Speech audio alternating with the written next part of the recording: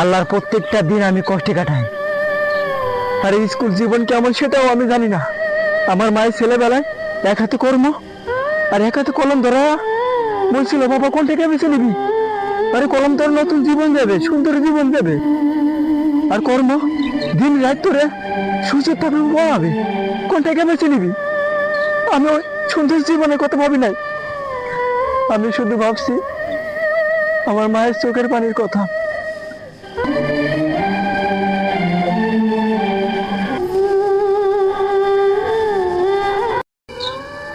আল্লাহর প্রত্যেকটা দিন আমি কষ্টে কাটাই। আর এই স্কুল জীবন কেমন সেটাও আমি জানি না।